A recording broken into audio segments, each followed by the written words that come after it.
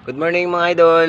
Ito naman mga idol, magtrabaho naman tayo ngayon. Ang content ko ngayon sa inyo, sana po magugustuhan nyo ito.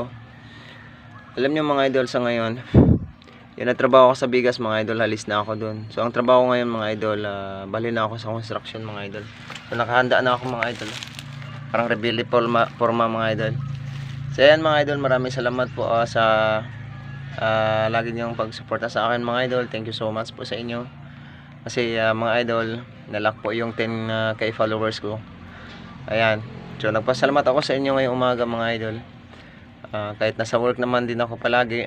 Kasi ngayon mga idol, ang trabaho ko ngayon, ang content ko sa inyo mga idol, ay paalam ko sa inyong lahat na wala na ako sa aking trabaho na bigas. So naglipat na ako sa construction mga idol. So maraming salamat po sa inyo mga idol, sa inyong mga suporta.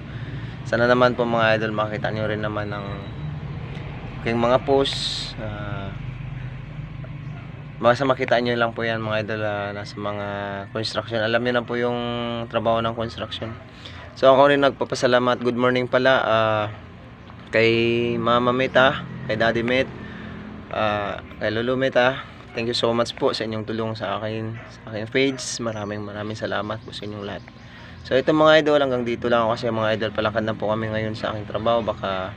Kasi malapit ng oras namin mag-in mga idol.